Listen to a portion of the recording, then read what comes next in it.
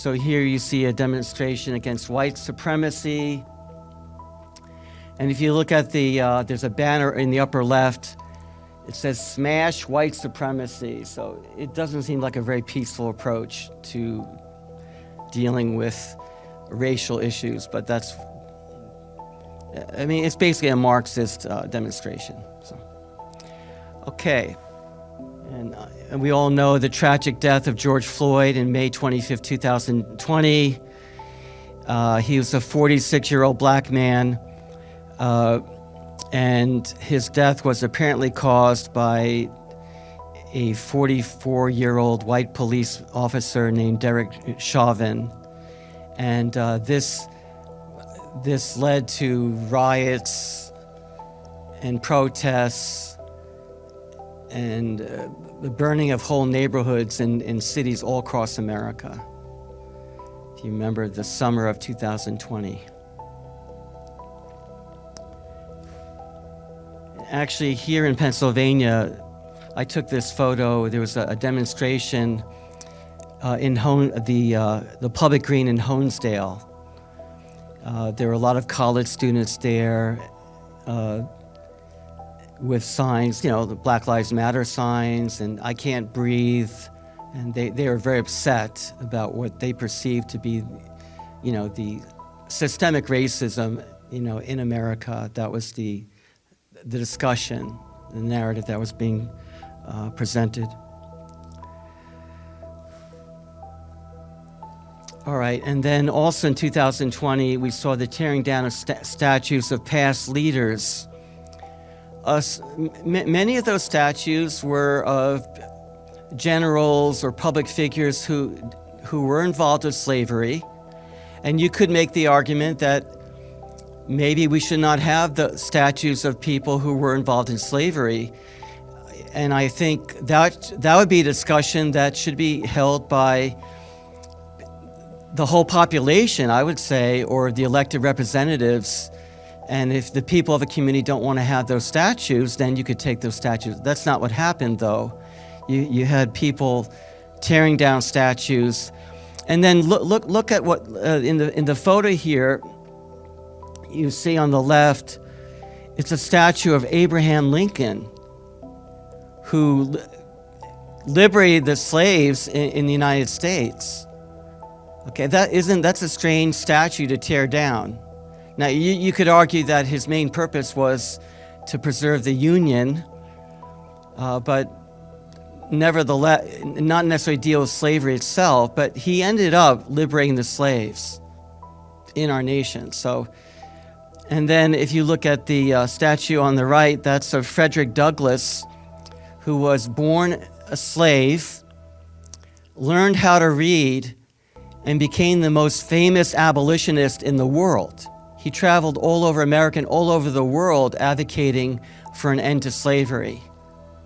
And he met with President Lincoln, and he, in my opinion, he was a great man.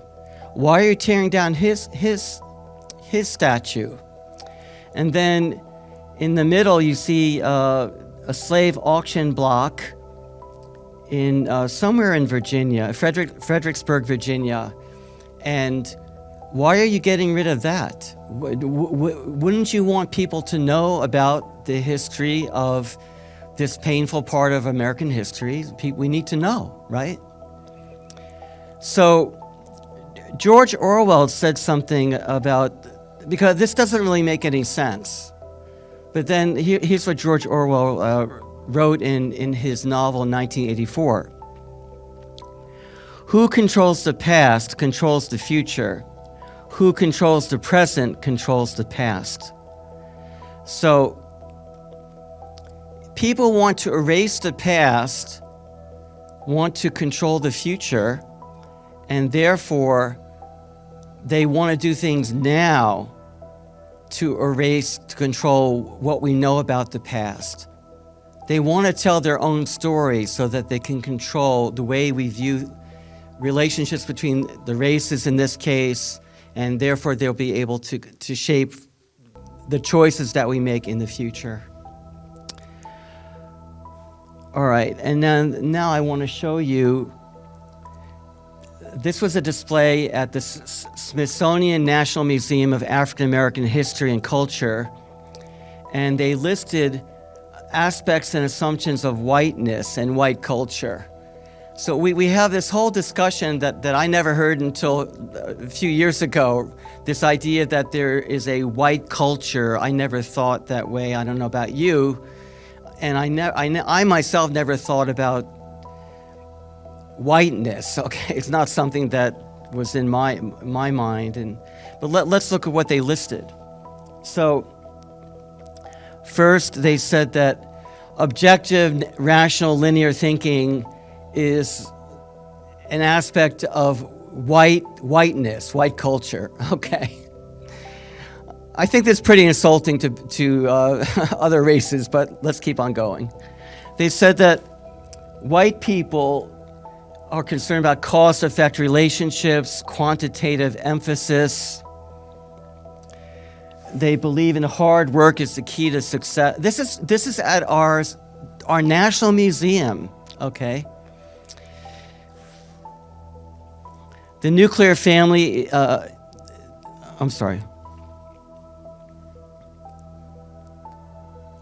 The nuclear family, according to them, white culture emphasized the nuclear family, father, mother, and children is ideal.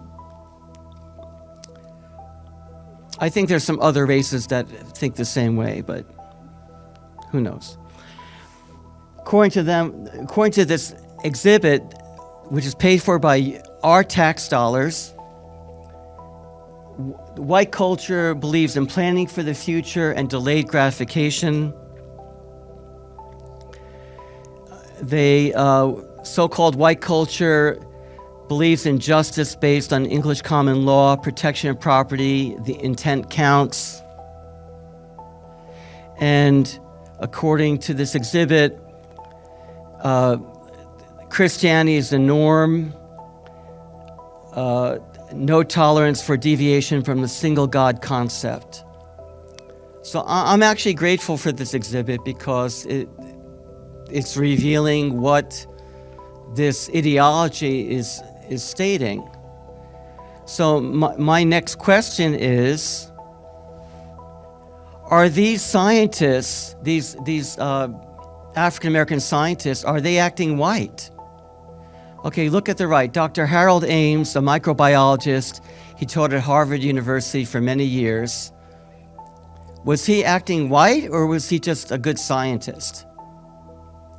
What about Patricia Bath, MD, who invented laser cataracts surgical device? Was she acting white or was she just a good inventor? And on the left, George Alcorn Jr., he invented the X-ray spectrometer and 30 other inventions. Was he acting white or was he just a good scientist? I don't know. Who knows? Okay, here you see the 10 richest black Americans in 2022.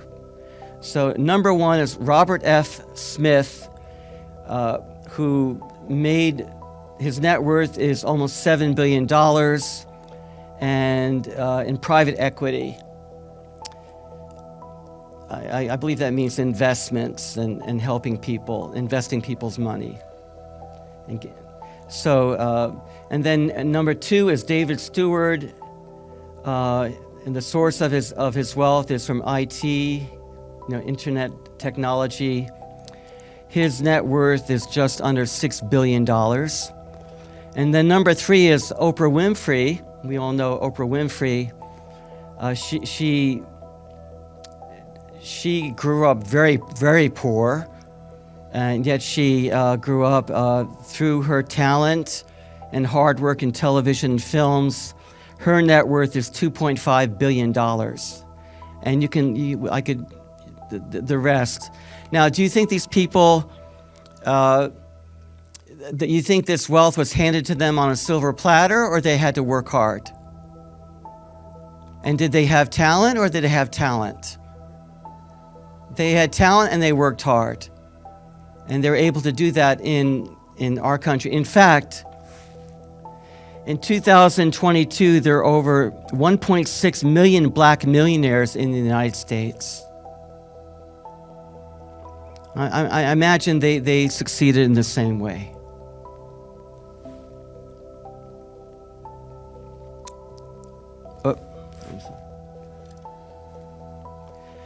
U.S. blacks have 1.4 trillion annual buying power.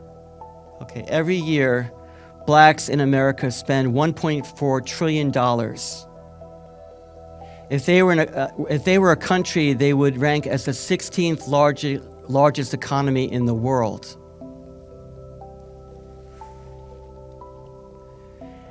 The African American household income has increased. 35% of African American households earn $50,000 or more. Of that, 10% earn $100,000 or more. Between 2000 and 2018, black buying power rose 114% compared to 89% increase in white buying power. So, look, it is true that there's a certain segment of the black population in America which is struggling, and we'll be talking about that. But we need to understand that that does not represent all of black American, African Americans. There's a large segment who are actually doing very, very well because they work hard. Also, as far as Christianity being part of white culture, the first missionaries arrived in Africa in 50 AD. So Christianity has existed in Africa for almost 2,000 years. That's obviously longer than it's existed in America, by the way. Okay. 50% of Africans are practicing Christians. In 2021, there were 685 million Christians in Africa, and that is more than Christians in Latin America or in Europe. So, in fact, if you go to... Anyway, I think many of us have been to black churches, right? And my experience is that the Christianity as practiced in black churches in America is an extremely powerful form of Christianity, right? And even if you go to interracial, I went to a Methodist church in Stroudsburg a few weeks ago. I met with the pastor. This is a big, there are probably 500 or 600 people, maybe even close to 1,000 people at this church. They have 2 services every Sunday. It is led by a pastor from, I'm trying to remember which, from some country in Africa. I don't remember which country.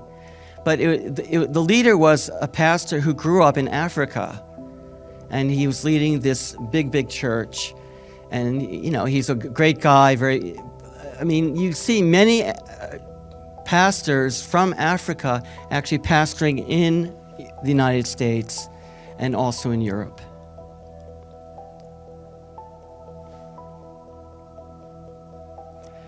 Now,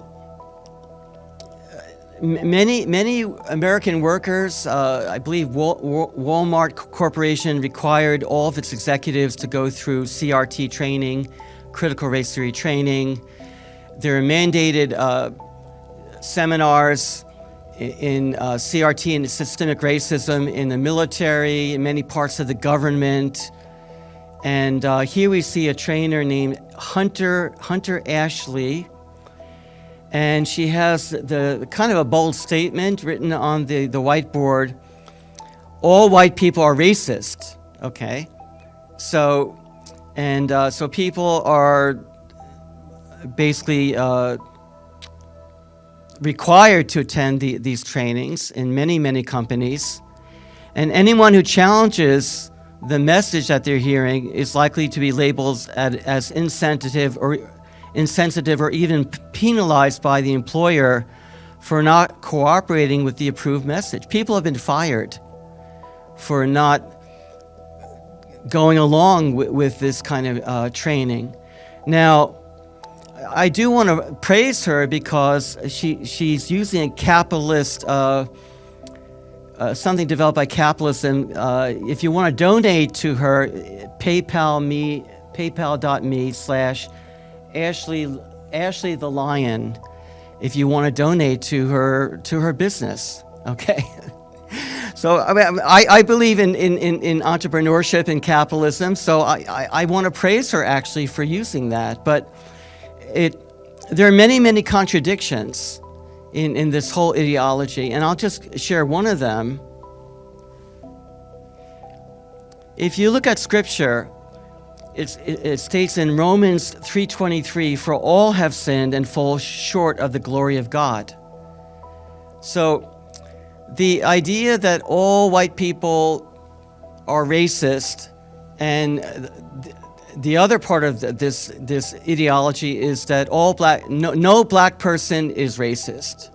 Okay, and they say that because in their sort of Marxist approach to this issue, they say, well, black people, according to them, have no power, and therefore I guess they cannot exercise their racism. But I think we had a black president a few years ago, if I remember correctly.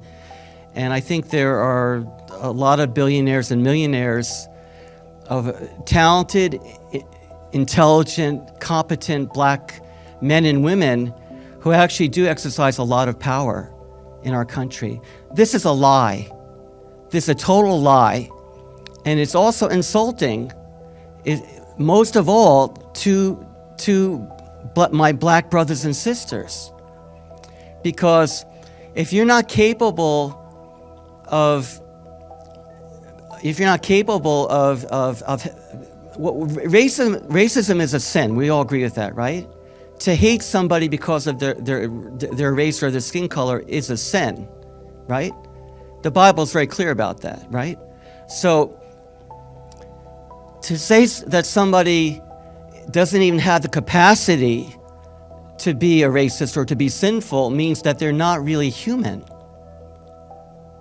If I were a black American, I would be insulted by this, because you're denying that they have moral agency. And if you don't have moral agency, then you're not a human being. I mean, think about it. Now, if all white people are racist, then why is there increasing acceptance of interracial marriage? Okay, here I have research. This intermarriage in the United States 50 years after Loving versus Virginia, which legalized interracial marriage more than 50 years ago. And and I'm not denying that racism has existed in our country. We all know that it has. But if you look at the graph here, you'll see that the attitude in, this is from January 2010 on the left, and then on the right, February 2017. And you see, look at the middle line, the green line in the middle. It said that 24%, only 24% of the people they surveyed, these were Americans, agreed that interracial marriage is a good thing. But 7 years later, it had increased almost to 40% agreed with that statement, that interracial marriage is a good thing. And you see it on the lower line, the yellow line, you see a decline in people who think that it's a bad thing. In fact, in 2017, only 9% of the Americans they surveyed thought that interracial marriage is bad. And the biggest group, they didn't think it made a difference. All right, next here. So we see a dramatic dive in the share of non-blacks who would oppose a relative marrying a black person. So in 1990, 63% of the people they surveyed, I guess it was a random sample, thought that said they would oppose a relative marrying a black person. This would be like whites or Asians, I guess, non-black, right? So that was in 1990. So here, 2016, it's 26 years. It's 26 years later. Only 14% of people of other races in America said they would oppose a relative marrying someone from the black race. That is a huge change. That happened without the government mandating CRT education, indoctrination. That happened in our country. That is great progress. I mean, don't you agree? And you could see among Hispanics and Asians, we also see a decline in prejudice against interracial marriage with someone from black race. And it looks like there's also, a decline in people opposing people marrying someone from the white race, okay? All right, and next. So the interracial marriages in the United States hit an all-time high of 4.8 million interracial marriages. This is back in 10 years ago, 2012. So there's been a steady rise in intermarriage among the races in the United States. And also on the right, the section on the right, you can see that there's been a dramatic increase in intermarriage for blacks and whites. So you see on the lower, on the right side, on the bottom, the yellow and the green, you can see there's been an increase in blacks marrying whites and whites marrying blacks, basically. This is in the supposedly racist nation, supposedly.